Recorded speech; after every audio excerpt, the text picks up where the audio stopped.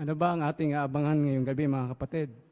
Tiyak na manabik tayo na marinig ang ilang mga paksa mula sa ating pagpupulong ngayong gabi. Halimbawa, ang isa na ating aabangan ay yung paksang magtiwala kay Jehovah para humaba ang buhay mo. So malaki palang ginagampanan ng pagtitiwala para humaba yung buhay natin, mga kapatid. Kaya abangan natin yan. Kamusta naman kung yung gusto ni Jehovah na paggagamot, paano makatutulong sa atin ang bagay na ito? Makakahaba rin ba ito ng buhay natin? O kaya ay magbibigay din ba ito ng magandang kaugnayan kung susundin natin siya sa paraan ng paggagamot na gusto niya? So mamaya ay matatalakay din natin yan. Tatalakay din natin yung tanong ng spiritual na hiyas. Ano ang dapat nating isipin tungkol sa pagtulong ng mga anghel? Talaga bang meron tayong mga anghel de la guardia, wika nga? Talaga bang tumutulong sila? Kamusta sa ating ministeryo? Nagbibigay ba talaga sila ng pagtulong para may sakatuparan ang ministeryong Kristiyano? Mamaya malalaman din natin yan, mga kapatid. At ang isa pa ay yung may kinalaman sa pananaw ni Jehovah sa panahon. Ilan lamang yan, mga kapatid, na ating tatalakayin mamaya at abangan natin. Ngayon ay ibabahagi sa atin ang pahayag na may paksang magtiwala kay Jehovah para humaba ang buhay mo. Ito ay pahayag sa atin ni Brother Julius Homok Jr. Imaginin niyo po ito. Sinabi ng isang doktor na may taning na ang buhay mo dahil sa isang malubhang sakit. Pero paano kung malaman mo na may paraan pala para gumaling ka at humaba ang buhay mo? Ano ang gagawin mo? Ang totoo, lahat tayo ay may taning na ang buhay dahil sa minana nating kasalanan kay Adan. Pero nalaman natin na sa Biblia, si Jehovah lamang ang may kakayahan na pahabain o bigyan tayo ng buhay na walang hanggan. Kaya ang tanong, ano ang dapat nating gawin? Tulad ng pamagat ng pahayag na ito, magtiwala kay Jehovah para humaba ang buhay mo.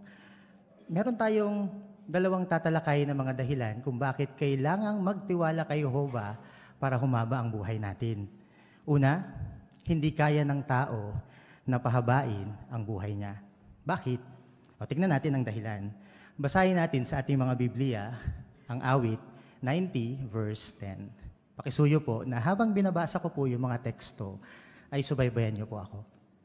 Awit 90 verse 10. Nakita niyo na po? Kung nakita niyo na, ganito ang sinasabi. Ang haba ng buhay namin ay 70 taon o 80 taon sa mas malalakas. Pero puno ito ng problema at kalungkutan. Mabilis itong lumilipas at naglalaho na kami. Sa tekstong nabasa natin, ilan ang average ng buhay ng tao? Binanggit ng teksto na 70 o 80 taon. Anong ipinapakita ng tekstong ito? Napakaikli ng buhay ng tao. Mabilis itong lumilipas, mabilis itong naglalaho. Di tulad ng ibang nilalang, tulad ng hayop na si urchin na nabubuhay ng 200 years, yung punong kahoy na giant sequoia na libo-libong taon, tayong mga tao na tinuturing na mataas na uri ng buhay ay umaabot lang o may average na 70 o 80 taon. Talagang napakabilis ng buhay ng tao.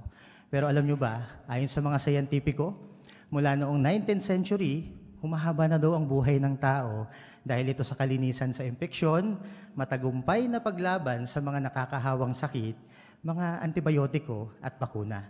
At mula po noong 20th century, napakabilis ng pagsulong sa medisina, tulad ng insulin para sa diabetes, chemotherapy para sa cancer, heart surgery at organ transplant. Talagang sumulong ang medisina. At ayon po sa mga biologo, napahaba nito ang buhay ng tao. Pero pansinin niyo po, yung paniniwala ng ilang mga scientifico sa bagay na ito. Ito yung sabi nila. Pansinin niyo po. Hanggang dito na lang ang buhay ng tao. Ang ilan sa kanila ay hindi naniniwala na kayang pahabain ng pagsulong sa medisina o kahit pa yung mga anti-aging treatment ang buhay ng tao.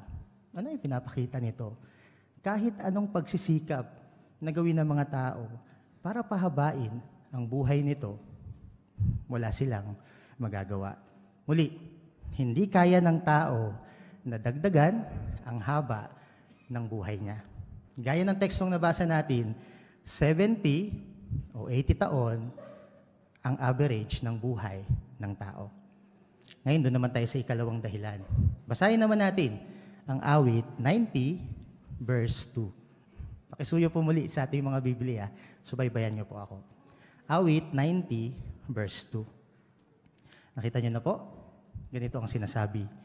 Bago na isilang ang mga bundok o bago mo ginawa ang lupa at ang mabungang lupain mula sa panahong walang pasimula hanggang sa panahong walang wakas, ikaw ang Diyos.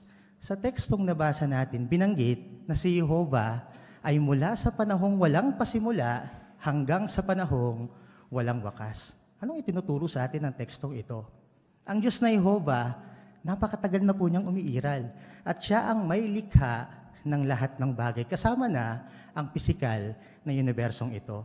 At ayon sa mga scientifico, naniniwala sila at nagkakaisa na ang universo ay may pasimula. At totoong-totoo naman, kasi mababasa natin sa Genesis 1:1 na nang pasimula, nilalang ng Diyos na Jehovah ang langit at ang lupa. Hindi pwedeng basta na lang itong lumitaw. Hindi din pwede na ang isang bagay ay magmula sa wala.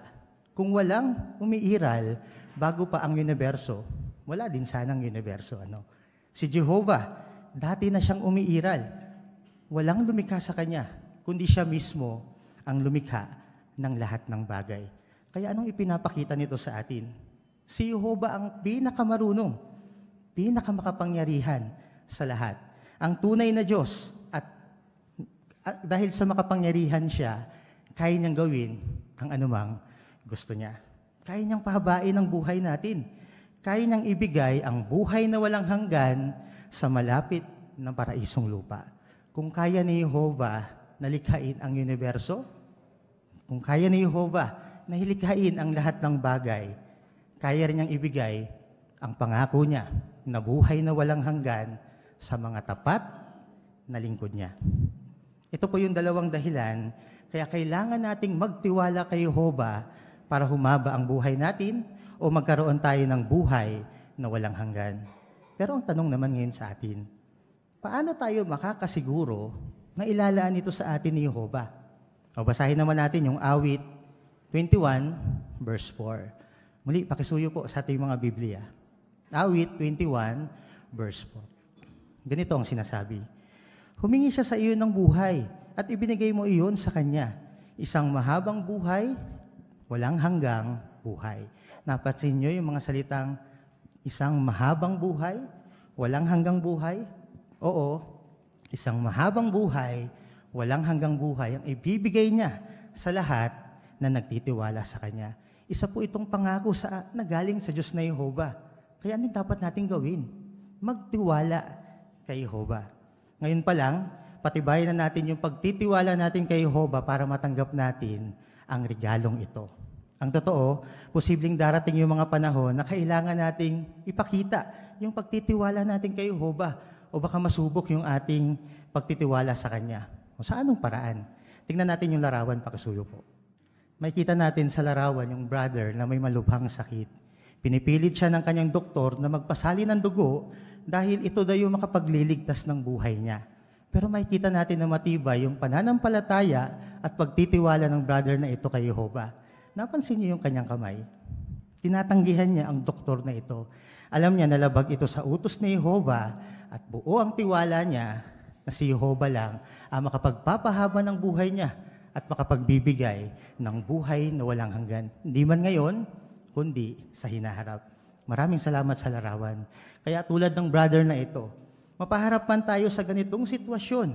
Una sa peligro man ng ating buhay, pwede itong samantalahin ni Satanas para makompromiso tayo. Pakapilitin tayo ng mga doktor, mga disaksing kapamilya, mga mahal natin sa buhay na magpasali ng dugo, nalabag sa utos ni Jehovah. O baka sabihan tayo ng iba na tumanggap na paraan ng paggamot na labag sa prinsipyo ng Biblia. Pero hindi natin hahayaan na masira ang kaugnayan natin kay Jehovah dahil lang sa mga bagay na ito. Oo, ayaw nating mamatay. Pero isang bagay ang tiyak, mahal tayo ni Jehovah.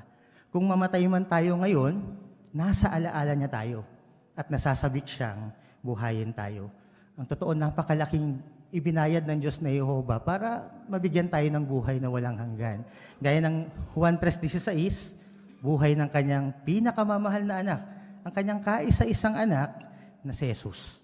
Kaya kitang-kita natin na mahal tayo ni Jehovah at nagmamalasakit siya sa atin. Kaya anumang sitwasyon ang mapaharap sa atin, manganib man ang buhay natin, magkaroon man tayo ng sakit, patitibayin niya tayo at bibigyan niya tayo ng karunungan. Anong pipiliin niyo? Yung pansamantalang solusyon ng mga tao na hindi naman talaga makapagbibigay ng mahabang buhay? O yung permanenteng solusyon na buhay na walang hanggan galing kay Jehovah? Sana po, lagi nating piliin natin yung permanenteng solusyon mula kay Jehovah. Kaya anong natutunan natin sa gabing ito? Napakahalagang na magtiwala tayo kay Jehovah para humaba ang buhay natin at magkaroon tayo ng buhay na walang hanggan. At nakita din natin na hindi kaya ng tao na pahabain ang buhay niya. At si Jehovah lang ang may kakayahan na bigyan tayo ng buhay na walang hanggan at kayang-kaya niya itong ibigay sa atin. Kaya ano yung kailangan natin gawin? Tulad ng pahayag ng pamagat ng pahayag na ito, magtiwala kay Jehovah para humaba ang buhay mo. Okay, maraming salamat, Brother Julius Homok Jr. sa pahayag. Marahil ay meron kayo naalala mga kapatid na isang hari na dinagdagan ni Jehovah ng buhay, si Haring Hezekias. 15 years binigay, di ba, ni Jehovah, dinagdag. Kaya may kakayanan si Jehovah na gawin yan. Pero hindi lang 15 years, 30 years, buhay na walang hanggan. Kaya napakaganda ng paksang ito, no, mga kapatid. Ngayon naman ay tatalakayin natin ang spiritual na hiyas. Ito ay bahagi na gagampanan sa atin ni Brother Aaron Pahilagot. Sino po ang nagnanais bumasa sa awit 91:11? Sige po, Sister Arguelles. Dahil uutusan niya ang mga anghel niya na bantayan ka saan ka man magpunta. Salamat po. Sa una natin tayong tanong, ano ang dapat nating isipin tungkol sa pagtulong ng mga anghel? Sister Muyo po, sa harap. Kumbinsido tayo na ginagamit ng Diyos na Jehovah ang mga anghel para mag-protection at pumatnubay sa mga lingkod niya. At kadalasan ay sa gawaing pangangaral nararanasan ang tulong ng mga anghel. At dahil hindi natin sila nakikita, hindi rin natin masasabi kung hanggang saan sila ginagamit ng Diyos na Jehovah. Kaya tama lang na pasalamatan natin ang ating Diyos na makapangyarihan sa lahat sa anumang tulong na ibinibigay niya sa atin. Maraming salamat po. Dako na po tayo sa ating ikalawang tanong. Sa pagbabasa ng Biblia para sa linggong ito, anong espiritual na hiyas ang nagustuhan mo? Sister Arekino.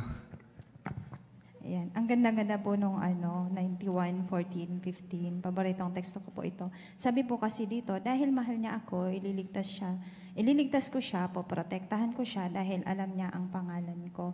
Totoong-totoo nga po ito na kahit Bible study pa lang ang isa, kapag nalaman ng organisasyon na sila ay dumanas ng sakuna o kalamidad, agad na tinutulungan po ito ng organisasyon. Kaya nakakapagpatibay po ito na talagang ang pagtitiwala sa pangalan at pagkakilala sa pangalan ng Diyos sa Jehovah ay nagdudulot ng mga pagpapala at protection. Salamat po. Kay Sister Homok po, Jana. Sa 1912 po, gusto ko rin hilingin ng tulong ng Diyos na Jehovah kung paano bibilangin ang mga araw ko. Ibig sabihin po kung paano gagamitin ng bawat araw ng aking buhay sa makabuluhang paraan.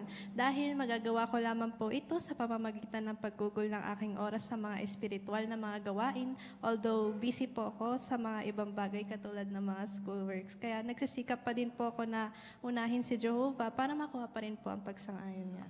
Salamat. Kay Brother Tranquilino po sa likod.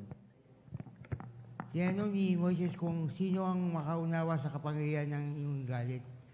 Ang quote ay kasi hindi na bagatakot ng nararapat sa iyo, hindi natin kayang sukatin yung sukdulan at hindi ng galit ni Jehovah.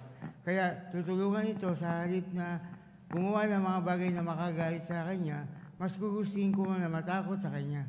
Takot na hindi ko papapasya si Jehovah. Salamat po. Kay Sister Kapampangan po. Sa kaugnay po ng mga teksto sa 90:14, makikita po natin dito ang kahalagahan ng tapat na pag-ibig ni Jehovah. Iniingatan po tayo nito, pinapatawad ang kasalanan natin, nagkakaroon tayo ng masayang buhay at inililigtas tayo. Dahil din po dito, nagkakaroon tayo ng kagalakan sa araw-araw. Kaya sa part ko po, gusto ko pong gawin ang buong makakaya ko para maging karapat-dapat sa tapat na pag-ibig ni Jehovah. Salamat po. Kay Sister Carlos po.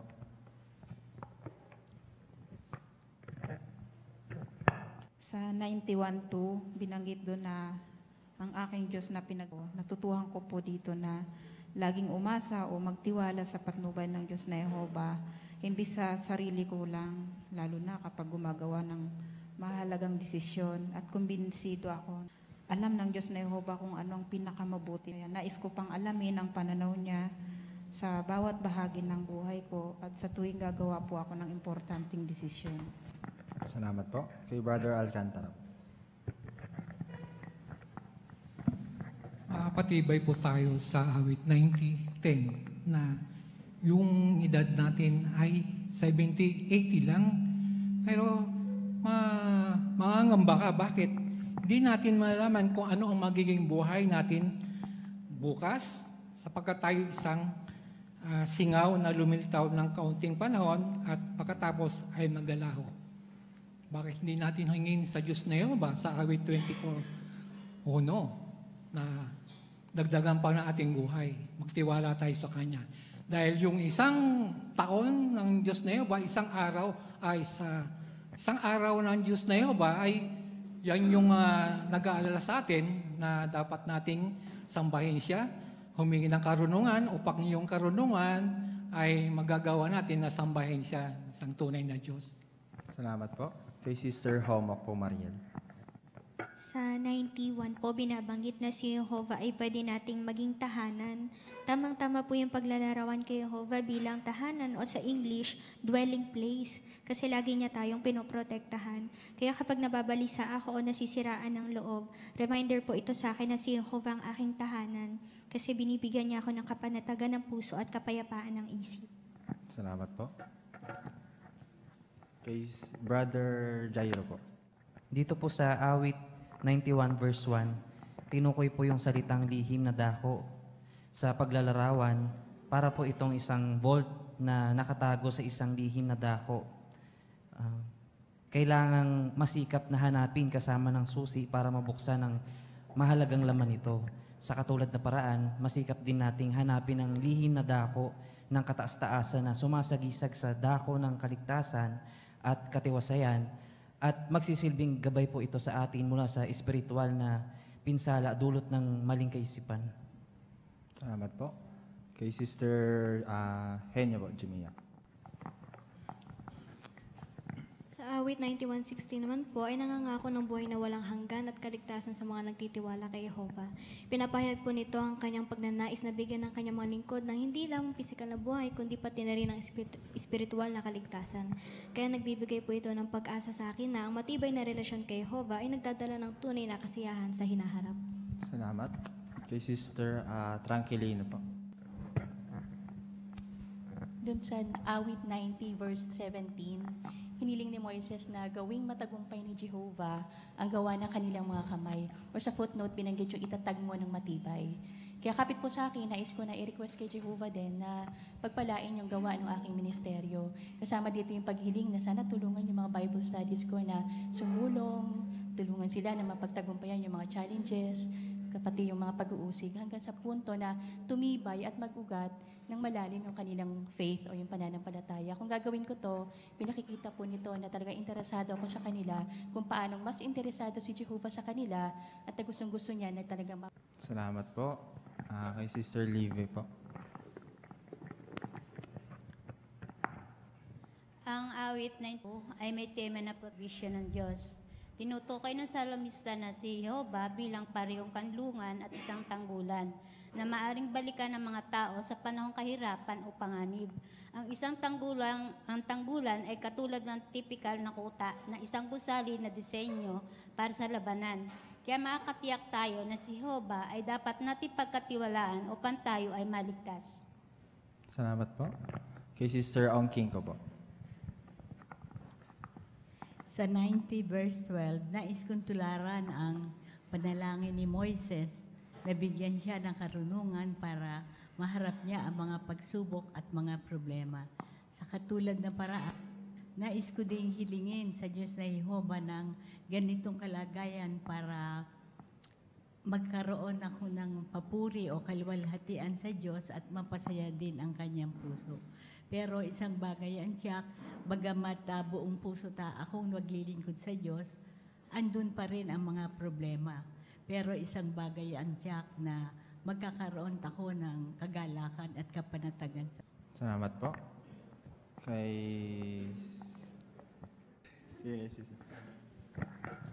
Sa awit 91:11 po, sinabi po dyan na uutusan niya ang mga anghel saan ka man magpunta. Nagustuhan ko po ito dahil nalaman ko po na lagi po pala nakabantay si Jehovah sa lahat ng oras sa atin at laging may sinusugo na anghel sa oras ng ating kailangan. Salamat po. Kay Sister Homok po. Sa awit 91:15 po, binanggit na kapag tumatawag po tayo sa Diyos sa panalangin, ayon sa kanyang kalooban, sinasagot niya tayo. Kaya nakakaranas po tayo ng maraming kabagabagan dahil sa puot na pinag-alab ni Satanas. Ngunit yung mga salitang ako ay sasa kanya sa kabagabagan ay naghahanda po sa atin sa mga pagsubok sa hinaharap at tumitiyak sa atin na palalakasin tayo ng Diyos kapag pinuksa na ang balakyot na sistemang ito. Maraming salamat po mga kapatid sa mga nakapagpatibay niyo po mga komento. Sa mga hindi po natawag, pinapahalagan po namin iyan lalo na ang Diyos na Jehovah sa inyong pagsisikap. Balik na po natin sa chairman. Okay, maraming salamat Brother Pehilagot sa iyong bahagi. At tunay na napakarami tayong spiritual na hiyas na nakuha at may kakapit natin yan sa ating paglilingkod kay Jehovah. Ngayon ay nadako tayo sa pagbabasa ng Biblia sa gabing ito. Pwede niyo handa mga kapatid ang babasahing teksto. Awit 91, 1-16. Awit 91, 1-16. Ang may bahagi sa pagbabasa ng Biblia sa gabing ito ay si Brother Egiel Homok. Ngayon ay subaybayan natin ang bahagi niya. Ang sino mang naninirahan sa lihim na lugar ng kataas-taasan ay nanganganlom sa lilim ng kapangyarihan sa lahat. Sasabihin ko kay Jehovah, ikaw ang aking kanlungan at muog, ang aking Diyos na pinagtitiwalaan ko. Ililigtas ka niya mula sa bitag ng manghuhuli ng ibon, mula sa kapahapahamak na salot. Tatakpan ka niya ng kanyang mga bagwis at manganganlong ka sa ilalim ng kanyang mga pakpak.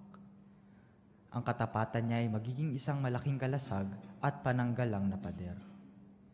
Hindi ka matatakot sa mga bagay na nakapangingilabot sa gabi, o sa palaso na lumilipad sa araw, o sa salot na gumagala sa dilim, o sa pagkapuksa na nananalanta sa katanghaliang tapat. 1,000 ang mabubuwal sa tabi mo at 10,000 sa kanan mo. Pero hindi yon lalapit sa iyo. Manonood ka lang habang pinaparusahan ang masasama. Dahil sinabi mo, si Jehovah ang kanlungan ko. Ginawa mong tahanan mo ang kataas-taasan. Walang kapahamakang mangyayari sa iyo, at walang salot na lalapit sa tolda mo. Dahil uutusan niya ang mga anghel niya na bantayan ka saan ka man magpunta. Bubuhatin ka nila para hindi tumama sa bato ang paa mo. Ang leon at ang kobra ay tatapakan mo. Yuyurakan mo ang malakas na leon at ang malaking ahas. Sinabi ng Diyos, dahil mahal niya ako, ililigtas ko siya. Poprotektahan ko siya dahil alam niya ang pangalan ko. Tatawag siya sa akin at sasagutin ko siya. Tutulungan ko siya sa panahon ng paghihirap. Ililigtas ko siya at luluwalhatiin. Gagantimpalaan ko siya ng mahabang buhay at ipapakita ko sa kanya ang pagliligtas ko. Okay, maraming salamat Brother Egiel Homok sa mahusay na pagbabasa ng Biblia. Masarap pakinggan mga kapatid, no? Kasi ang dahilan ay nandoon sa araling gist ng ating pagtuturo. Ito yung pagbabago-bago ng boses. Ito mahirap ko minsan sa isang teenager, mga kapatid.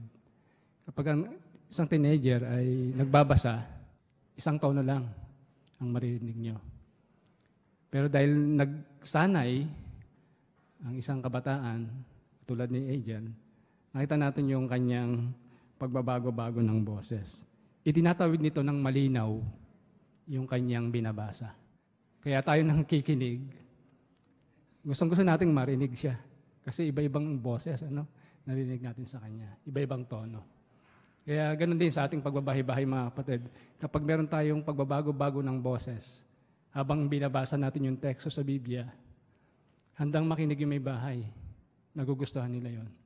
Kaya maraming salamat, Brother Homok, sa iyong mahusay na pagbabasa ng Biblia. Ngayon, dako tayo sa ating kalawang seksyon ng ating pagpupulong. Ito yung maging mahusay sa ministeryo.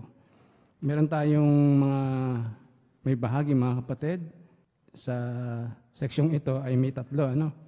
Ang una ay pagpapasimula ng pakikipag-usap. Ito ay di formal na pagpapatotoo. Alamin kung ano ang kinababahala ng kausap mo para malaman kung paano siya matutulungan ng Biblia. Pero, huwag munang bumanggit ng tungkol sa Biblia. Paano ito gagawin ng sister? Panoorin natin at tignan ang bahagi ni Sister Jimel Aguilar at Sister Malu Diasa. Pabili po. Pabili. Wala atang tao. Pabili po. Ate, may tao dito? Ay, ate, ikaw pala yan. Uy, Jimel, ikaw pala yan. Kamusta, Ate Malu? Okay lang naman ako. Pasensya ka na, hindi kita na masyado napansin. May pinapanood kasi ako dito sa cellphone ko. Okay lang, te. Pasensya ka na. Hindi kita agad napansin. Oo. Tinitignan ko kasi itong update dito sa tungkol sa hearing sa Senado. Yung mga nahuli, kasi kinakausap sila sa harap ng Senado. Sa bagay, ate, parang ilang linggo ko na rin yan napapanood sa TV. Oo, talagang uso to ngayon sa TV. Tapos napansin ko rin, Jemel, na yung mga taong to, normal na lang sa kanila yung pagsisinungaling at paggawa ng masama. Sa totoo lang, ate, parami na talaga ngayon yung masasamang tao, no?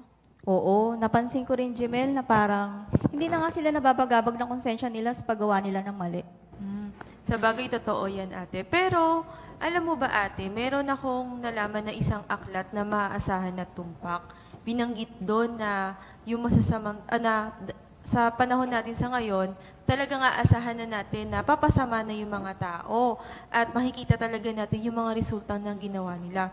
Pero binanggit doon na darating yung panahon, lahat ng masasamang tao at yung mga resulta ng ginawa nila mawawala. Binanggit pa nga doon sa aklat na yun na hindi na natin sila makikita magpakailanman. Talaga? May ganun ba, Jimel? Saan ko naman yan makikita? Ay, huwag ka mag-alala, ate. Puntahan kita sa bahay nyo. Tapos, pag-usapan natin yan, dadaling ko yung aklat na yon. Pero sa ngayon, bibili muna ako. Inutusan kasi ako ni Mamay. Sige, hintayin kita sa bahay. Okay, maraming salamat, Sister Aguilar at Sister Diasa.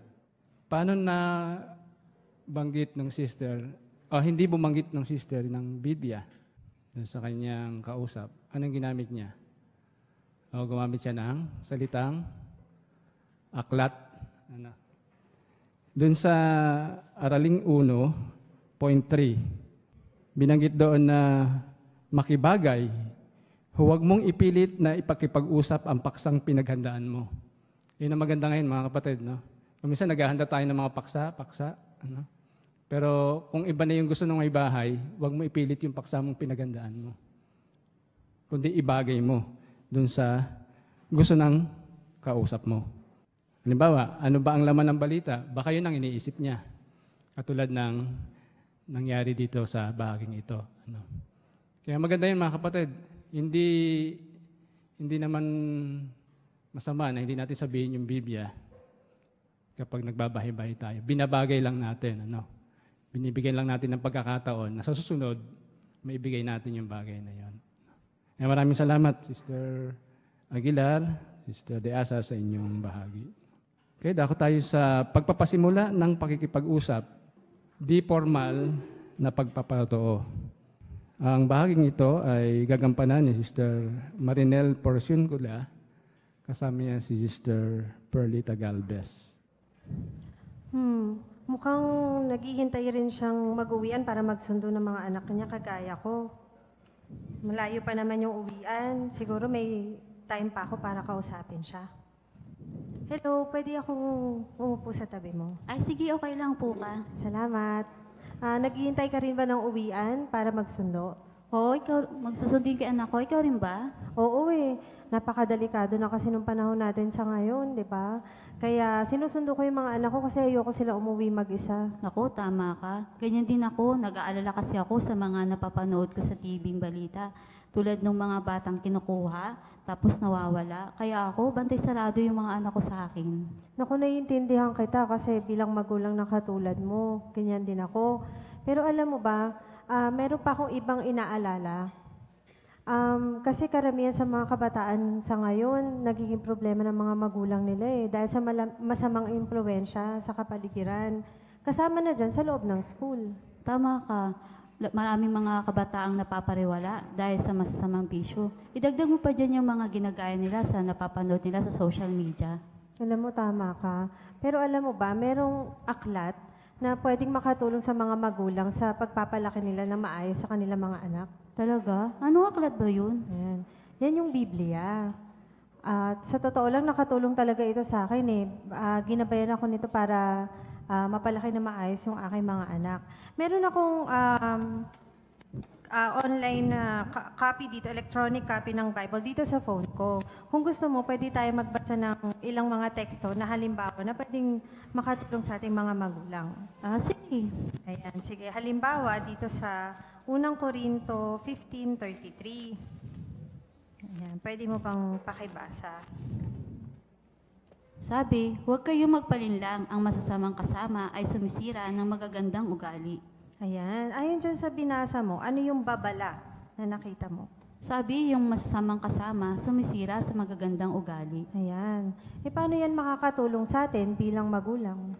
Dapat siguro kilala natin yung laging kasama ng mga anak natin, tsaka alam natin kung magandang impluensya ba sa kanila or hindi. Alam mo, tama ka, mahusay. Ito, may isa pang halimbawa ng teksto sa Biblia na kapakipakinabang para sa ating magulang. Dito sa Deuteronomio 6:6-7, pwedeng pakibasa mo ulit. Ang mga salitang ito ay inuutos ko sa inyo ngayon ay dapat nasa inyong puso at itanim ninyo ito sa puso ng mga anak ninyo. At kausapin niyo sila tungkol dito kapag nakaupo kayo sa inyong bahay, kapag naglalakad sa daan, kapag nakahiga, at kapag bumabangon. Ayan. Ano sa palagay mo yung sinasabi sa atin bilang mga magulang na itong tekstong binasa mo? Dapat dapat yung inuutos ng Diyos ay nasa puso natin. Para yan mismo yung itatanim natin sa puso natin sa mga anak natin. Ayun, tama ka. Mahusay. Pero paano natin gagawin yon? Sinabi rin dito, kausapin ninyo sila. At tuwing kailan, sabi dito kapag nakaupo kayo sa inyong bahay, kapag naglalakad sa daan, kapag nakahiga, at kapag bumabangon. Ibig sabihin sa lahat ng pagkakataon. Sa bagay, tama ka. Oo, di ba? So, talagang makikita natin na malaking tulong talaga ang Biblia para sa ating mga magulang. Pero alam mo, napakarami pang teksto sa Biblia na mababasa natin na talagang makakatulong sa atin. Gusto ko sanang i-share yan sa'yo sa susunod. Ako pala si Manel. Pwede ko bang makuha yung contact information mo? Ito yung messenger ko. Kontakin mo na lang ako rito. Ayan, sige, mamaya ay i-message kita para malaman ko kung ano yung available na schedule mo para pwede natin pag-usapan yung mga iba pang teksto sa Biblia. Sige. Naku, mukhang uwian na kasi naglalabasan na yung mga bata Salamat Okay, maraming salamat, Sister Porcion Kula, Sister Galvez. Anong isang susi, mga kapatid, kung bakit nakapagpatotoo yung sister? Ito ang mahalaga, magmasid. Pinagmasdan niyo muna yung kapaligiran, ano yung kalagayan ng babae, ano kayo naisip ng babae. Mahalaga, mga kapatid, yan kapag tayo ay nagmamasid. Kamusta yung itsura niya, yung damit niya, yung bahay niya, meron bang mga nakasabit-sabit dyan sa bahay niya. Kasi kapag nagmasid tayo ng ganon, makagawa tayo ng paksa na pwedeng ibagay doon sa may bahay. Kaya naging matagumpay yung sister kanina. Naibagay niya yung kanyang paksa tungkol sa pamilya yung kanyang paksa. Anong teksto yung kanyang binasa? Deuteronomio 6, 6 at 7. Tumulong sa may bahay na makita niya kung bakit mahalagang makipag-usap sa mga anak. Kaya napakahusay ng bahaging ito mga kapatid, no, na pwede nating tularan. Maraming salamat, Sister Porciuncula, sa iyong bahagi. Ngayon ay isunod natin ang huling may bahagi sa seksyong ito. Ito yung pahayag.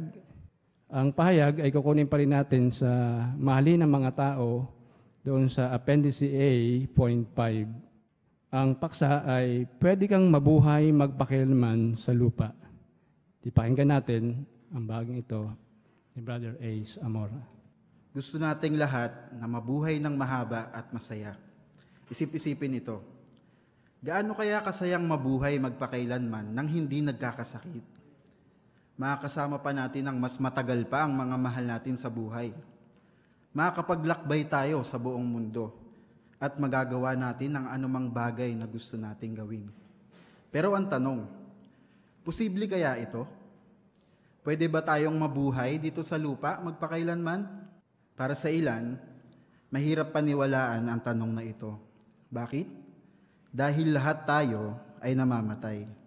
At dahil kasama na talaga sa buhay ng tao ang kamatayan. Ang ilan naman, ang sinasabi, pwede tayong mabuhay magpakailanman pero hindi dito sa lupa, kundi sa langit. Paano kaya kung makatagpo tayo sa ministeryo na ganito ang paniniwala nila? Ano ba ang pwede nating sabihin sa kanila na itinuturo ng Biblia? May dalawang teksto po tayong babasahin. At ang unang teksto ay ang binabanggit dito sa Awit 37:29. Pakisuyo pong samahan niyo po ako sa pagbasa. Awit 37:29. Nariyan na po kayo, ganito po ang sinasabi. Ang mga matuwid ang magmamay-ari ng lupa at titira sila roon magpakailanman. Ayon sa teksto, saan mabubuhay ang mga matuwid? Ang sabi, dito sa lupa. At gaano ito katagal? Magpakailanman. Kaya isa itong katunayan na kayang alisin ng Diyos ang kamatayan at gusto niya na mabuhay tayo dito sa lupa magpakailanman. Ang pangalawang teksto naman na babasahin natin ay ang Mateo 5:5.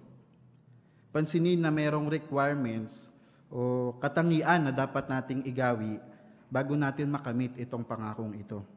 Basahin natin dito sa Mateo 5:5.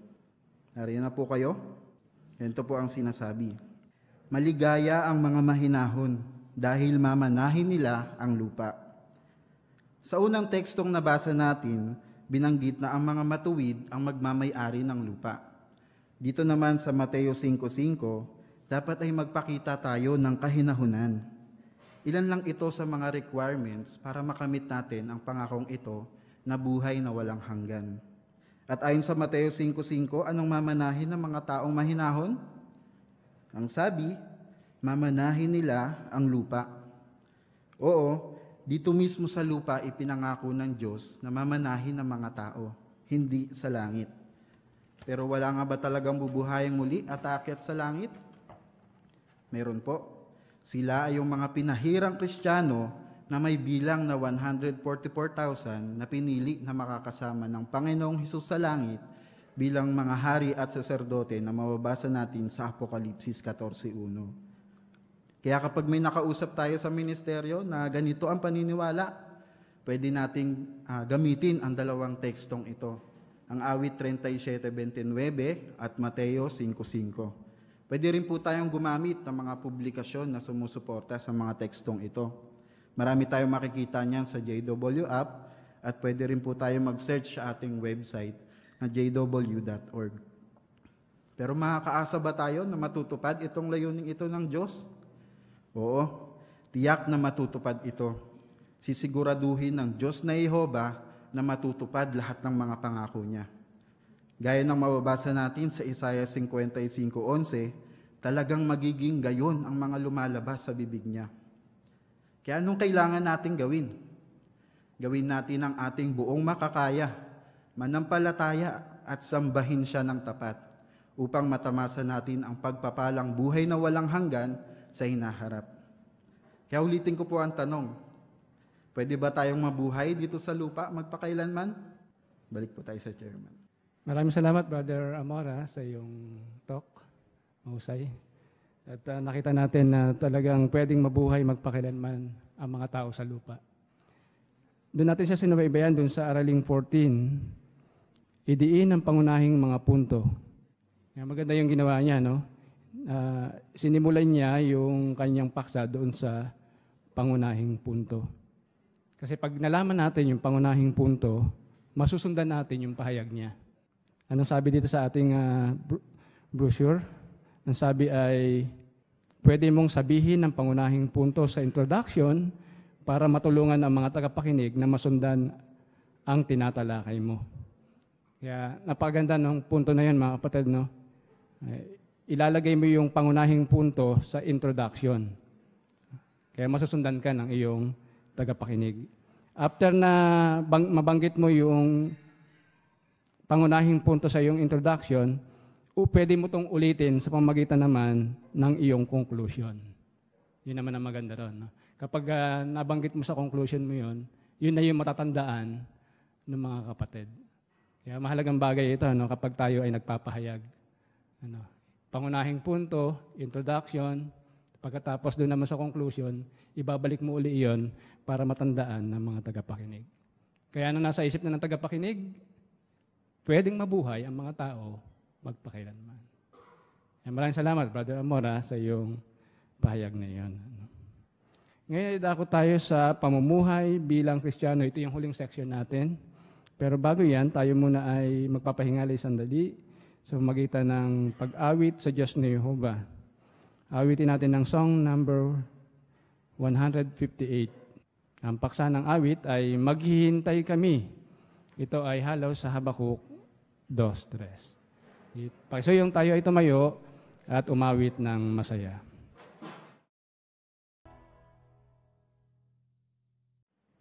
Pahalagahan ang laki ng pagtitiis ng Diyos. Pananaw ni Jehovah sa panahon. Pakinggan natin si Brother Rodrigo Loreto sa bahaging ito. Paano ba natin mapapahalagaan yung laki ng pagtitiis ng Diyos? At ano ba yung pananaw ni Jehovah sa panahon? Tayo ay mayroong papanoorin na isang video at pagkatapos ay mayroon tayong isang tanong na sasagutin. Ating pakisiyuan yung video natin.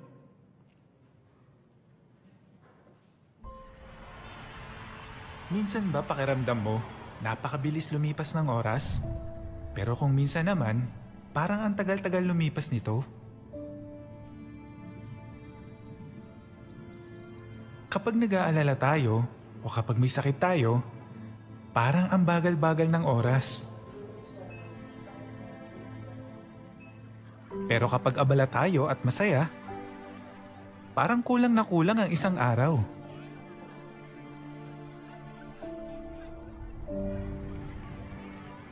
Pakiramdam ng isang bata, parang ang tagal-tagal ng paglaki niya. Pero para naman sa isang adulto, parang ang bilis ng paglipas ng panahon. May mga bagay sa kalikasan na kapag tiningnan natin, parang hindi nagbabago. Pero paglipas ng panahon, makikita ang pagbabago ng mga ito.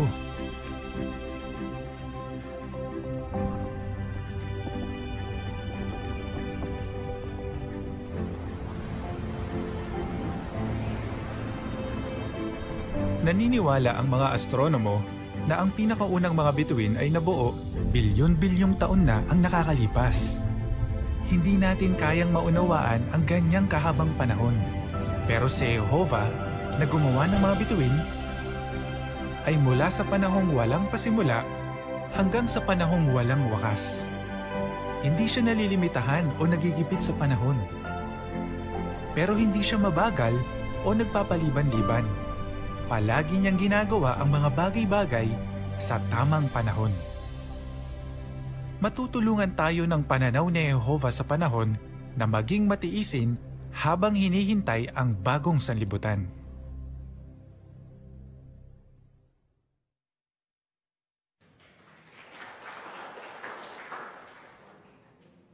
sa tanong natin, kung pag-iisipan natin yung pananaw ni Jehovah sa panahon, paano ito makakatulong sa atin na maghintay ng may pagtitiis sa mga pangako niya? Brother Brad.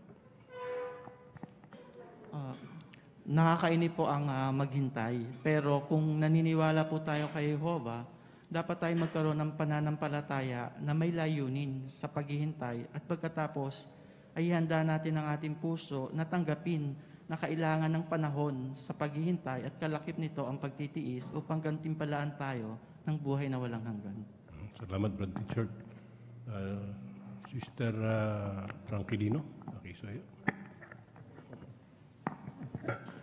Hindi din po tayo mag-iisip na sana bukas na yung Armageddon, hindi kaya sana bukas na yung Paraiso. Kasi yung totoo, gusto naman talaga natin natapusin na ni Jehovah yung sistemang ito. Pero si Jehovah kasi yung tagapag-ingat ng talaorasan. Perfect siya at tiyak na yung kanyang panahon, yung desisyon niya, kung kailan niya orasan yung bawat bagay ay talagang perfecto. Ang mahalaga, maghihintay lang tayo. Total sulit naman po yung paghihintay. Salamat. Mr. Loreto.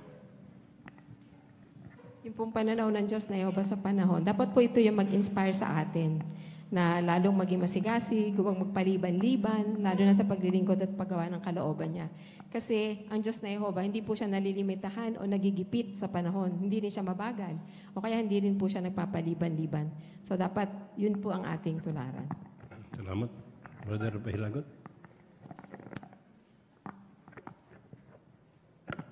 At yamang si Jehovah, mayroong timetable. Gustong-gusto niya na makuha yon, yung panahon na yon. At nanabig siya na gawin ng isang paraisong lupa sa panahon na yon. Kaya ang sabi doon sa video ay maging abala tayo at masaya. Hindi natin mamamalayan. Yun na yung bagong sanlibutan. Salamat. Brother Brad Alcantara. Doon kasaysayan ng Diyos na Jehovah sa kanyang pagtitiis.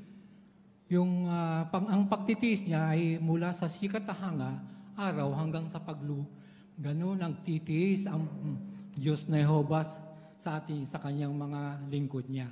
Kaya anong dapat natin gawin na kailangan magtiis din tayo kung ano ang mga sumapit na pagsubok sa atin at mga problema at hindi naman na agad-agad na makarating sa atin yung kasagutan agad ng pagtitiis natin, kundi maghintay tayo.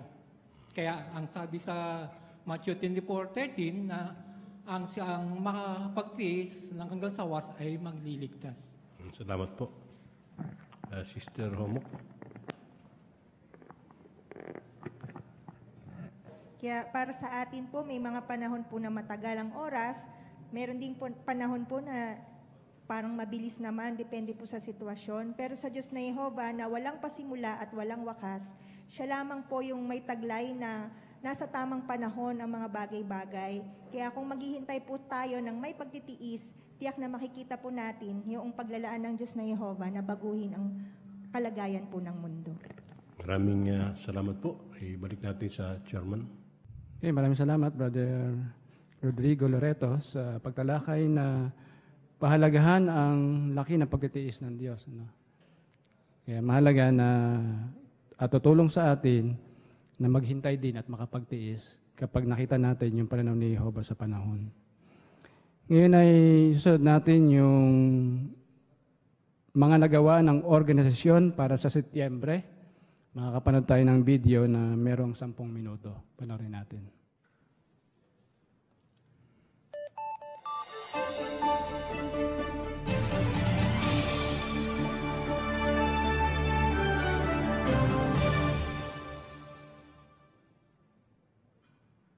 Sa pangunguna ni Jesus, naisasagawa natin ang espiritual na pag-aani. Malaking bahagi ng gawaing ito ang pagtatayo ng mga pasilidad. Gagamitin ang mga pasilidad na iyon para turuan at tulungan ang dumaraming bilang ng mga nakaayon sa buhay na walang hanggan. Kaya may ginawang pagbabago ang organisasyon para matugunan ng mga pangangailangang iyan. Noong 2013, nakita ng lupong tagapamahala na hindi masasapatan ng mga kaayusan noon Sa pagtatayo ng mga pasilidad natin ang lumalaking pangangailangan ng organisasyon. Dahil dito, binuo ang Worldwide Design Construction Department. Ginawa ang kaayusang ito para isang department na lang ang nakapokus sa gawaing pagtatayo sa ilalim ng pangangasiwa ng Publishing Committee. May 3 goal ang department na to. Una, mapabilis at makatipid sa pagtatayo o pagbili ng mas maraming pasilidad na gagamitin natin. Ikalawa, humanap ng mga paraan para mapasimple ang mga gawain at matapos ang mga proyekto sa pinakamaikling panahon hanggat posible. Ikatlo, maging flexible sa mga paraang ginagamit natin para magamit ang mga pondo ng organisasyon sa pinakamahusay na paraan. Dahil dito, makakapag-adjust tayo agad kapag nagbabago ang pangangailangan. Hindi lang mga Kingdom Hall, Assembly Hall at Branch Office ang kailangan natin. Kailangan din ng mga Remote Translation Office, Media Studio, at mga pasilidad ng Theocratic School sa buong mundo. Sa nakalipas na 10 taon, ano na kaya ang nagawa ng Worldwide Design Construction Department o WDC para maibigay ang lumalaking pangangailangan sa mga pasilidad ng organisasyon? Malaking tulong sa gawain natin ang pagsunod sa prinsipyo na mababasa natin sa Colossus 2:19. Nagbibigay sa buong katawan ng kinakailangan nito at nagbubuklod sa mga bahagi nito at nagpapalaki sa katawan sa tulong ng kapangyarihan ng Diyos. Paano nabubuklod ang mga bahagi ng organisasyon? Kailangan dyan ng komunikasyon para magkaisa tayong lahat. Kapag ginawa natin iyon, mas masusuportahan natin ang pangunguna ni Kristo. Mararanasan natin bilang organisasyon ang pagsulong sa tulong ng Diyos. Tingnan natin ang ilang ginagawa sa mga proyekto natin ngayon. Makikita natin ang magagandang resulta dahil flexible tayo at pinag-uusapang mabuti ang mga proyektong ito. Patunay ito na pinagpapala tayo ni Jehovah. Mga 65 na apartment ang nirerentahan namin para sa sakay sa France. Yun nga lang, di lahat ng yon maayos ang kondisyon, kaya kailangan pang ayusin ang mga yon. Kaya imbes na mag-rent, naisip ng branch committee na magtayo na lang ng mga residence building sa loob mismo ng Bethel. Dito sa Central America branch, mga 18 na wika ang kailangang i-translate. Dahil sa dami ng wika na kailangang i-translate sa sangay namin, kailangan namin ng 66 na bagong remote translation office. Pero hindi madaling magtayo ng mga bagong remote translation office. Tapos tuloy-tuloy pa rin ang pagtatayuan ng mga Kingdom Hall na kailangan dito. Kaya kung pag-iisipan natin ang lahat ng to, talagang napakaraming kailangang gawin. Dito sa Brazil, kailangan namin ng maraming kapatid na susuporta sa kongregasyon at mga lead greater. Buti na lang, maraming kapatid na gustong magpalawak ng paglilingkod nila ang nag-a-apply para sa School for Kingdom Evangelizers. Mga 2,000 hanggang 2,500 na application ang natatanggap namin taon-taon. Kitang-kita na kailangan talaga ng bagong pasilidad para sa SKE. Kapag may tagubili ng lupong tagapamahala sa WDC, nananalangin kami, nagre-research at kumukonsulta sa mga kapatid. Tapos, titingnan namin kung saan kami aakayin ng banal na spirito para malaman kung ano ang susunod na gagawin. Ano ang resulta? Ang ginawa namin, sinunod namin ng tagubilin ng World Headquarters. Bumili kami ng mga apartment na tinayo ng mga developer at na madaling ibenta pag nagbago ang pangangailangan. Inaprubahan ng lupong tagapamahala na magkaroon ng isang grupo na magpo-focus sa mga proyekto ng pagtatayo ng mga remote translation office. Nakikipag-ugnayan ng Project Development Group sa WDC. Yung WDC naman, nakikipag-ugnayan sa iba't ibang grupo sa World Headquarters, Service Committee, Writing Committee, Publishing Committee, at Translation Services Department. Nakikipag-ugnayan din ang Project Development Group sa Local Translation Team, Purchasing Department, Legal Department, Service Department, at sa iba pang mga department dito sa Sangay. Nakita namin ang tulong ni Jehovah na itatayo namin ng mga RTO nang hindi napapabayaan ang pagtatayo ng mga Kingdom Hall. Na-appreciate namin ang tagubilin ng WDC sa paghahanap ng mga property. Hindi lang property na pagtatayuan ang hinanap namin. Naghanap din kami ng mga building na pwedeng i-renovate na lang para magamit sa SKE. Dahil dito, nakahanap kami ng isang hotel na eksakto ang laki sa kailangan namin at nasa magandang lokasyon. Lagi ring ipinapaalala ng WDC na dapat sundin ng mga brother ang mga prinsipyo sa Biblia.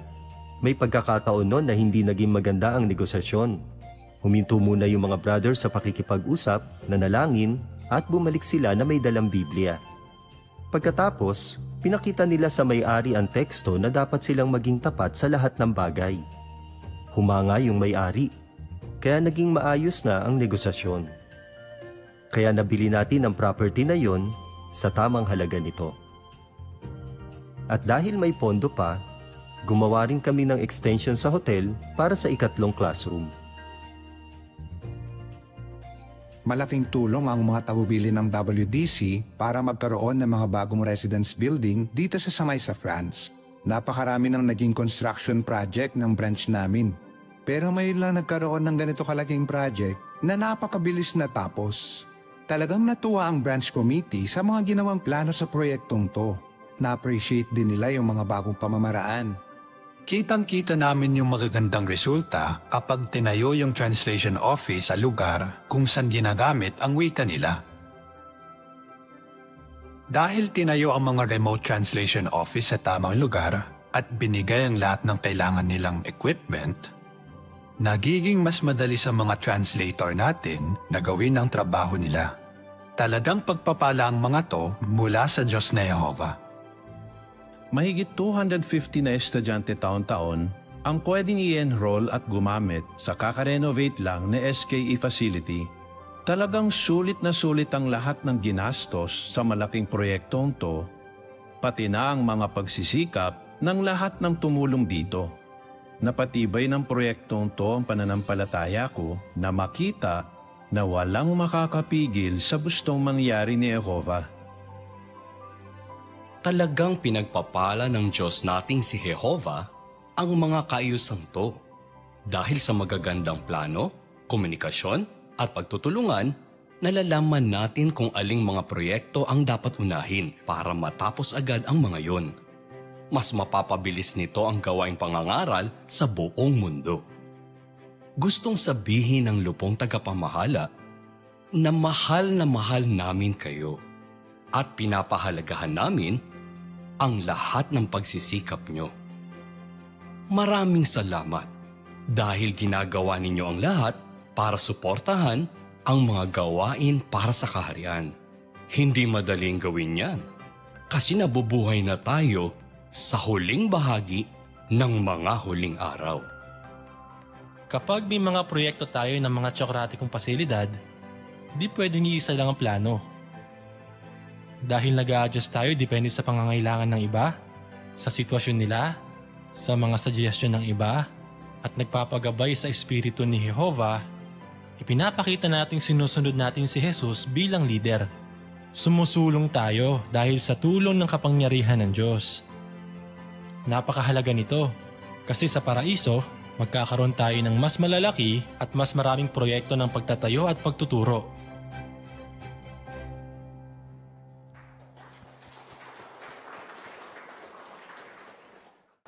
So, yan yung mga nagawa ng organisasyon, mga kapatid.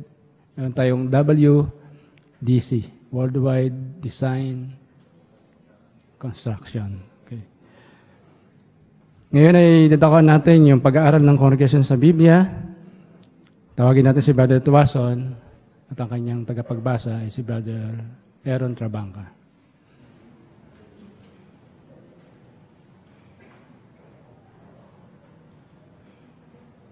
Magpapatuloy tayo mga kapatid sa ating pag-aaral sa Biblia gamit ang aklat na Lubusang Magpatuto.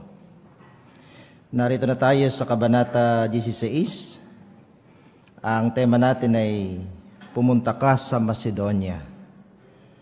At saan tayo magtutuon ng pansin sa ating pag-aaral sa temang ito? Sinasabi rito na nagdudulot ng mga pagpapala ang pagtanggap ng atas at pagharap sa pag-uusig ng may kagalakan. Sa ating pagtalakay ngayon, ito ay batay sa Gawa 16, 6 hanggang 40. Pero ang ating tatalakayin ay Gawa 16, 6 hanggang 10 muna sa pagkakataong ito. Ang ating tagabasa ng parapo ay si Brother Aaron Trabangka. At tulad ng dati, ay pahalagahan ng inyong maikling mga komento, mga sagot, at tuwiran ito sa punto. Ngayon ay atin ang basahin yung parapo 1 hanggang 3. Kisuyo. Isang grupo ng mga babae ang umalis sa lungsod ng Filipos sa Macedonia. Di nagtagal, nakarating sila sa makitid na ilog ng Gangites. Gaya ng nakaugalian nila, umuupo sila sa may tabing ilog upang manalangin sa Diyos ng Israel. Nakamasid sa kanila si Jehovah.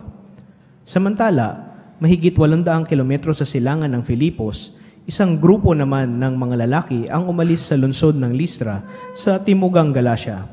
Pagkalipas ng ilang araw, nakarating sila sa patag na lansangang gawa ng mga Romano, patungong kanluran sa pinakamataong rehiyon ng distrito ng Asia. Nananabik ang mga lalaking iyon, sina Pablo, Silas at Timoteo, na tahakin ang lansangang ito para makadalaw sa Efeso at sa iba pang lungsod kung saan libo-libo ang kailangang makarinig tungkol kay Kristo. Subalit bago pa man sila magsimulang maglakbay, pinigilan sila ng banal na espiritu. Kung paano, walang nakaalam. Pinagbawalan silang mangaral sa Asya. Bakit? Nais akayin ni Jesus sa pamamagitan ng Espiritu ng Diyos ang grupo ni Pablo patungo sa dulo ng Asia Minor, patawid ng dagat Aegeano, hanggang sa pampang ng maliit na ilog na iyon ng Gangites. May matututuhan tayong mga aral kung paano ginabayan ni Jesus sina Pablo sa naiibang paglalakbay na iyon patungong Macedonia. Kaya balikan natin ang ilan sa mga pangyayaring naganap noong ikalawang paglalakbay ni Pablo bilang misyonero na nagsimula noong mga 49 CE. Unang tanong natin, letter A, paano ginabayan ng banal na espiritu si Pablo at ang kanyang mga kasama? Brother Regalado, pakisuyo.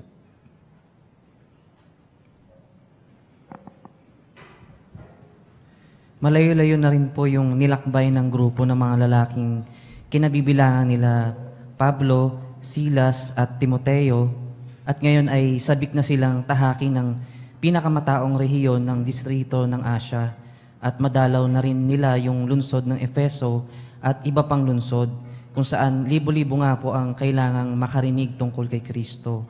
Pero sa hindi malamang kadahilanan, pinigilan po sila ng banal na espiritu, at iyon marahil ang gabay na ilihis sila mula sa panganib tungo sa mas ligtas na teritoryo. Pinigilan sila ng banal na espiritu, no? Pinagbawalan sila na mangaral. Bilang pagdiriin, madali lang ba sila nakarating dun sa lugar na yon? Saan ba sila galing sa pagkakataong yan?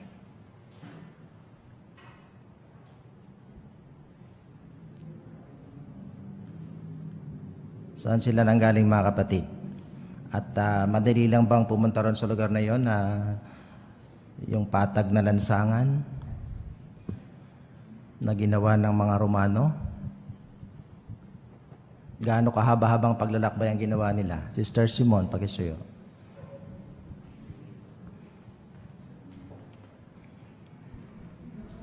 Umalis itong grupo na ito mula dun sa lungsod ng Listra, patungo sila at sa timugang Galacia.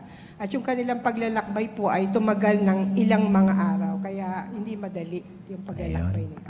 Ayun, sila naroon na sa magandang lugar, ano? Madali na sanang maglakad, patag na, no? Papunta sila doon sa kanilang pupuntahan. Yun naman yung pagkakataon na sila ay pinigilan ng banal na espiritu. Saan sila gusto akayin ng banal na espiritu?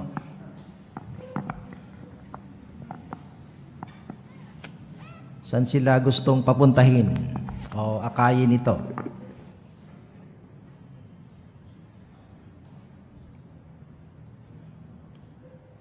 Saang mga lugar, mga kapatid? Sister Pinky Carlos. Patungo nga po sa dulo ng Asia Minor, patawid po sa dagat ng Idiano hanggang sa pampang ng maliit na ilog na Gangitis. Ayun. Bakit kaya doon sila gusto papuntahin sa may malapit sa ilog ng Gangitis? Ano meron doon sa may ilog ng Gangitis? Brother Ronking ko, pakisuyo po.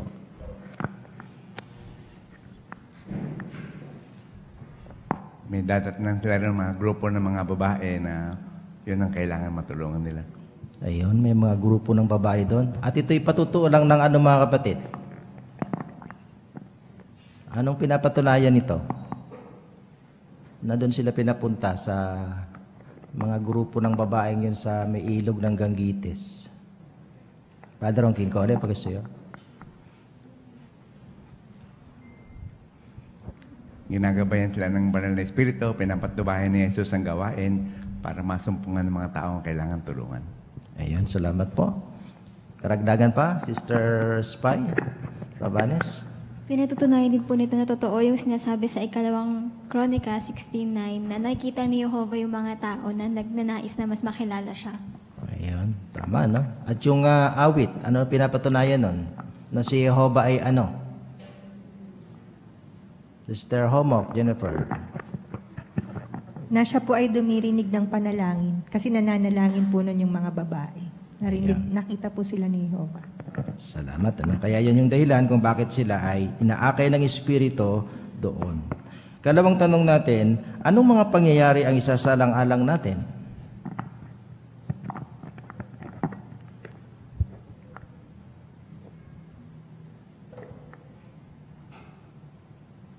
Brother Redox, J.E. Ito po yung mga pangyayaring naganap noong ikalawang paglalakbay ni Pablo bilang misyonero na nagsimula po noong mga 49 CE. Ayan. Yan ang ating mga bagay na isasalang-alang sa ating pagtalakay sa ngayon. Babalik tayo sa taong 49 CE. Ngayon ay tungo tayo dito sa ipinatawag kami ng Diyos para po 4 at 5. Palibhas ay pinigilang mangaral sa Asia si Pablo at ang kanyang mga kasama ay nag-iba ng direksyon at naglakbay pahilaga upang mangaral sa mga lungsod sa Bitinya. Para makarating doon, posibleng kinailangan nilang maglakad ng ilang araw sa mabatong daan sa pagitan ng Phrygia at Galatia, mga rehiyong walang gaanong naninirahan. Pero nang malapit na sila sa Bitinya, ginamit muli ni Jesus ang banal na espiritu upang pigilan sila. Sa pagkakataong ito, malamang nalitong-lito na ang grupo ni Pablo. Alam nila kung ano ang ipangangaral at kung paano mangangaral, pero hindi nila alam kung saan sila mangangaral. Kinatok nila, wika nga, ang pintong papasok sa Asia, pero hindi ito bumukas. Kinatok nila ang pintong papasok sa Bitinya, hindi rin ito bumukas. Pero determinado pa rin si Pablo na makasumpong ng isang pintong bubukas para sa kanila. Gumawa sila ng isang pasyang tila hindi praktikal. Naglakad sila pakanluran ng 550 kilometro na nilalampasan ang lahat ng lungsod hanggang sa makarating sila sa daungan ng Troas, ang nagsisilbing pintong papasok sa Macedonia. Sa ikatlong pagkakataon, muling kumatok si Pablo at sa wakas, bumukas ang pinto. Ganito ang ulat ng manunulat ng Ebanghelyo na si Lucas na sumama sa grupo ni Pablo papuntang Troas.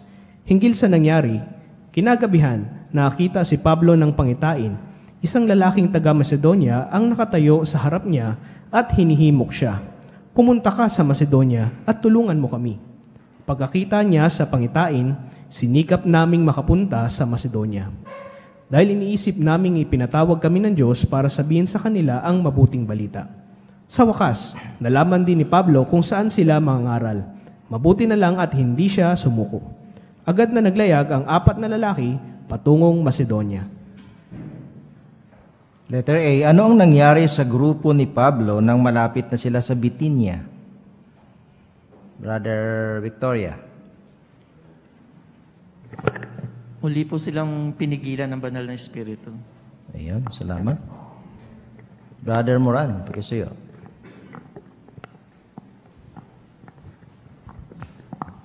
Dahil nga po pinigilan po sila ng banal na espiritu, sa puntong ito, litong-lito na po yung grupo ni Pablo.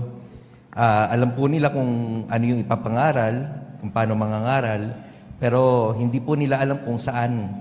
Kaya dito po sinabi, kinatok nila ang pintong papasok sa Asia, pero hindi ito bumukas. Sa parehong paraan, kinatok na rin po nila ang pintong papasok sa Britanya, pero hindi pa rin po ito bumukas. Ayan, salamat. Kaya sa ikalawang pagkakataon, pinigilan sila ng banal na espiritu. Una doon sa papunta silang Asia, ngayon papunta silang Bithynia, ngayon naman ay pinigilan sila sa pangangaral doon. Kaya sabi nga ay litong-lito na sila, nalilito sila. Pero ano yung sabi rito sa tanong, anong pasya ang ginawa ng mga alagad at ano ang naging resulta? Brother Domingo. Bagaman 2 beses na pinigilan, sila pala ay determinado, sabi dito, na makasumpong ng isang pintong bubukas sa kanila.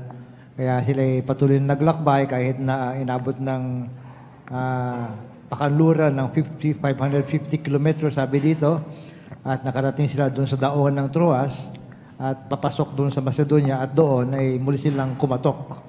At finally, sila ay pinagbigyan, bumukas ang pintuan. Okay, salamat. At medyo mahirap na naman yung nilakad nila, malayo.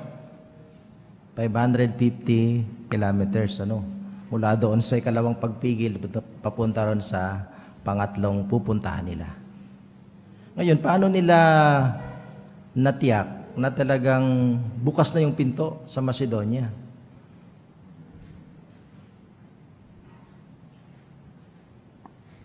Brother Ong King, pag-isuyo po. Nung gabi na yon, nakakita ng pangitain si Pablo na may isang lalaking taga Macedonia at ang sabi ay pumunta ka sa Macedonia at tulungan mo kami. Okay, kaya sigurado nila ngayon na bukas na yung pinto para sila ay mangaral doon sa Macedonia. At sino yung kasama ngayon nila sa pagkakataong ito?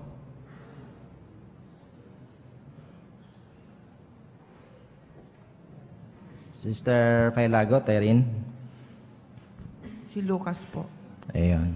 Doon sa mga unang pagkakataon, 3 lang sila, Pero nung sila ay nasa Troas na, kasama na si Lucas. Ngayon, pag-usapan natin mga kapatid, kung sino si Lucas, Yan ang ating susunod na tatalakayin dito sa ating kahon. Si Lucas ang manunulat ng mga gawa.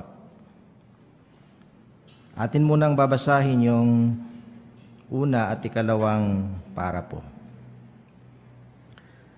Hanggang sa Kabanata 16, talata 9, ang aklat ng gawa ay sinalaysay sa ikatlong panauhan. Ibig sabihin, iniulat lang ng manunulat ang mga sinabi at ginawa ng iba. Pero pagdating sa gawa 16, 10 at 11, nagbago ang estilo niya. Halimbawa, ganito ang sinabi ng manunulat sa talata 11. Umalis kami sa Troas at tuloy-tuloy na naglayag hanggang sa Samotracia. Kasama na ngayon sa ulat si Lucas, ang manunulat ng aklat na ito. Pero paano natin masasabing si Lucas nga ang manunulat ng mga gawa ng mga apostol, gayong hindi naman lumilitaw ang kanyang pangalan saan man sa aklat na ito? Ang sagot ay may kita sa panimulang bahagi ng aklat ng mga gawa at ng ebanghelyo ni Lucas. Parehong para sa isang nagngangalang Teofilo ang panimulang bahagi ng 2 aklat na ito. Mababasa sa unang mga pananalita ng mga gawa, ang unang ulat na binuo ko o Teofilo ay tungkol sa lahat ng ginawa at itinuro ni Jesus. Yamang tinatanggap ng mga sinaunang eskular na si Lucas ang sumulat ng unang ulat, ang kanyang ebanghelyo, malamang na siya rin ang sumulat ng mga gawa. Sa binasa mga kapatid ay ano yung pagkakaiba ng ulat dito sa Kabanata 16 hanggang talata 9 doon sa binanggit ng gawa 16 hanggang 11? Ano yung pagkakaiba nila?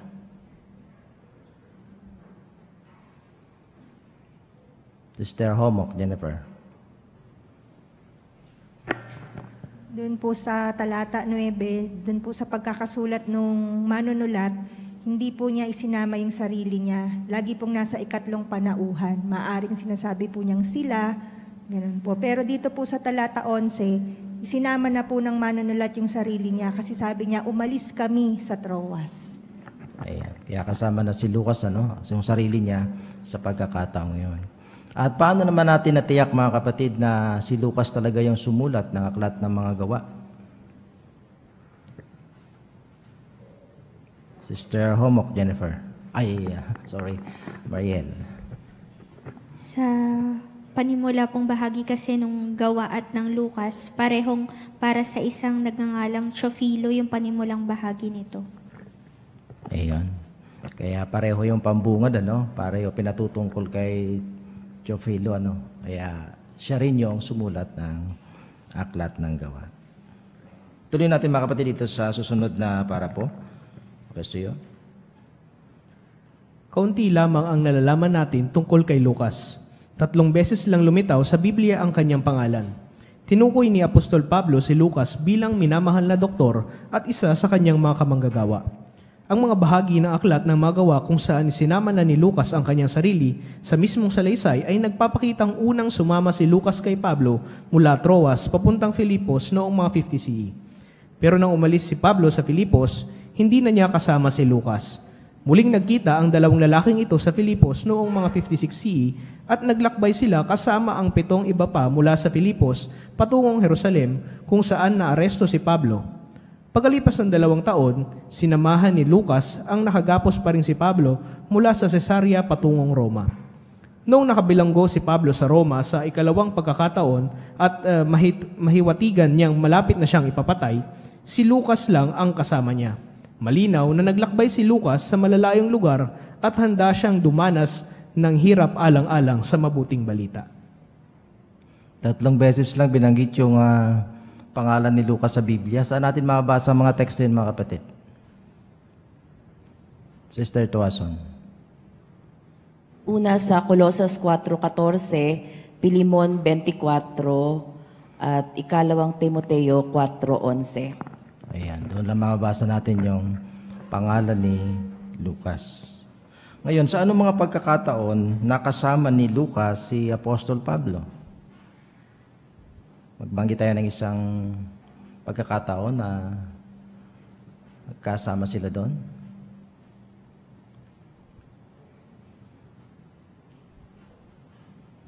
Brother Domingo. Unang sumama si Lucas kay Pablo mula Troas papuntang Filipos noong 50 CE. Ayun, salamat. Isa yun, Saan pa? Sister Porciuncula.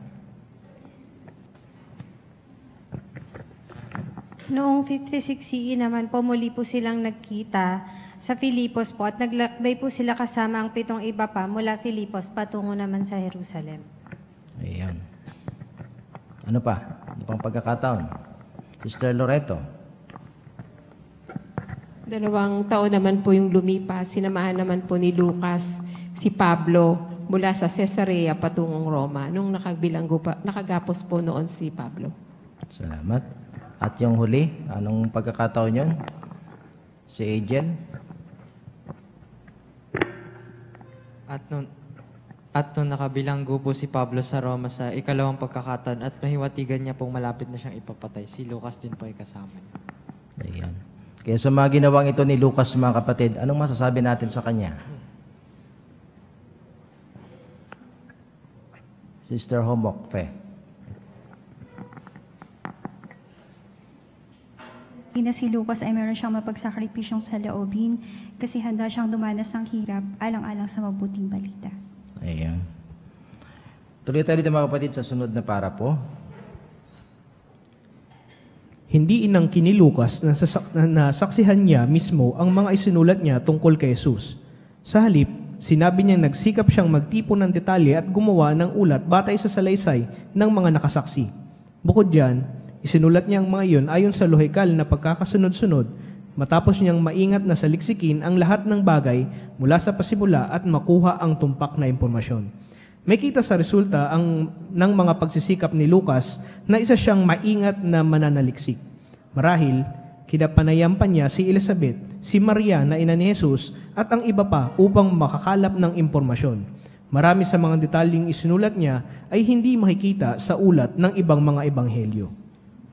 Paano natin masabi mga kapatid na si Lucas ay mahusay na maingat na mananaliksik? Ano mga ginawa ni Lucas?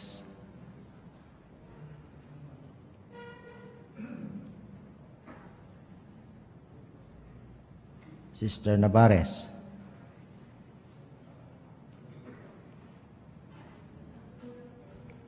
Hello. Una nga po, hindi nga po niya inangkin yung mga detalye tungkol kay Jesus. Sa halip nga po, nagsikap siya na mag-ipon ng mga detalye at gumawa ng mga ulat ayon sa mga salaysay ng mga talagang nakasaksi. Iyon, isa yun, ano? Batay doon sa mga nakasaksi yung kanya mga isinulat. Isa pa? Sister Portion ko lang.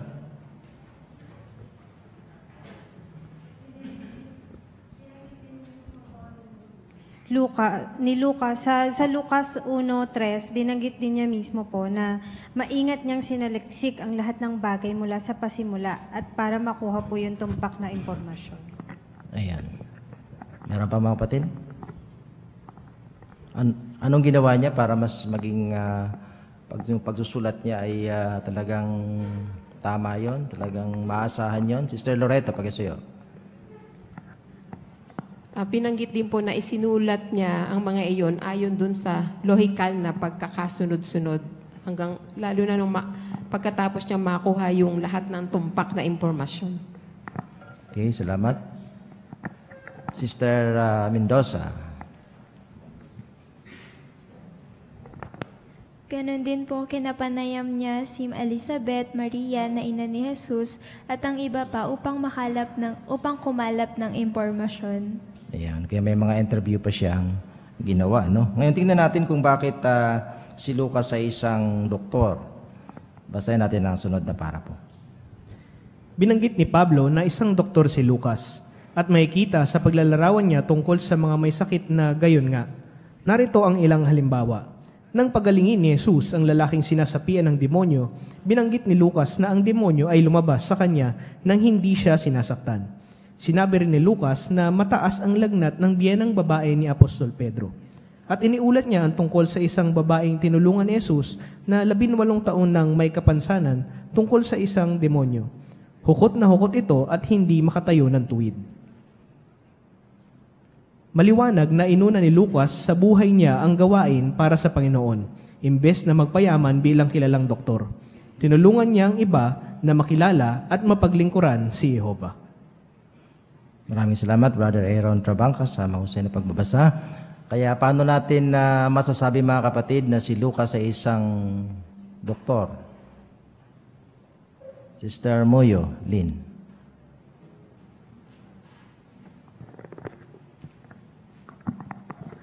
Makikita po ito doon sa mga paglalarawan niya tungkol sa mga may sakit. Halimbawa po yung ulat doon sa Lucas 4:35. Sinabi ni Lucas na nang pagalingin ni Jesus ang lalaking sinasapian ng demonyo, ang demonyo ay lumabas sa kanya nang hindi siya sinasaktan. At doon sa Lucas 4:36, sinabi naman ni Lucas na mataas ang lagnat ng biyanang babae ni Apostol Pedro. Ng Lucas, inuulat niya yung tungkol sa isang babae na tinulungan ni Jesus na 18 taon nang may kapansanan dahil sa isang demonyo. At binanggit pa na hukot ito at hindi makatayo ng tuwid. Salamat. Adron Kingo, magdagan po. Tinukoy aktual ni Pablo si Lucas na isang minamahal na doktor. Kaya dito sa Pilipinas, meron tayong St. Luke's. So, doon pinagbatayan. Magandang talking point na, may makausap tayong doktor. Alam ba niyo kung bakit pinangalan sa ospital yun? Ano bang may ulat pa talagang may doktor sa panahon ng Biblia? Ang Colossus 4:14, pwedeng gamitin. Okay, maraming salamat sa puntong yun, ano? Kaya si Lucas ay talagang isang doktor, ano? Yung mga description niya sa kanya mga paliwanag, nagpapakita na siya ay may alam tungkol sa medisina or sa pagiging doktor, ano? Yung hukot na hukot, hindi sinasasaktan, at marami siyang ginamit na mga, yung mataas ang lagnat, ano? Naroon yung kanyang malinaw na description doon sa lagnat. Hindi lang basta lagnat, kundi mataas yung lagnat. Kaya nakita natin na siya nga ay isang, ayon kay Pablo, isang doktor. Sa kabuuan mga kapatid, nakita natin na ano yung masabi natin kay Lucas bilang konklusyon? Sister Ongking ko po.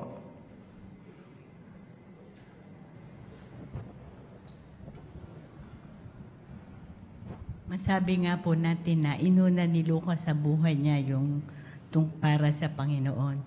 Kaya hindi siya nakilalang, imbis na magpayaman siya dahil kilalang doktor, tinulungan niya iba na makilala para mapaglingkuran ang Diyos na Jehovah. Ayan. Okay, salamat. Salamat mga kapatid sa inyong mga mahusay na komento. Dito nagtatapos yung ating pagtalakay sa bahaging ito. Balik tayo sa chairman. Marami pong salamat, Brother Reynald Tuason, sa pagkuha ng ating pag-aaral ng kongregasyon sa Biblia. So, nakita natin kung gaano kahalaga yung pagtawid sa Macedonia at nakilala din natin si Lucas bilang isang mahusay na doktor. Kaya nais nyo bang pasalamatan mga kapatid ang nagsiganap ng kanilang mga bahagi?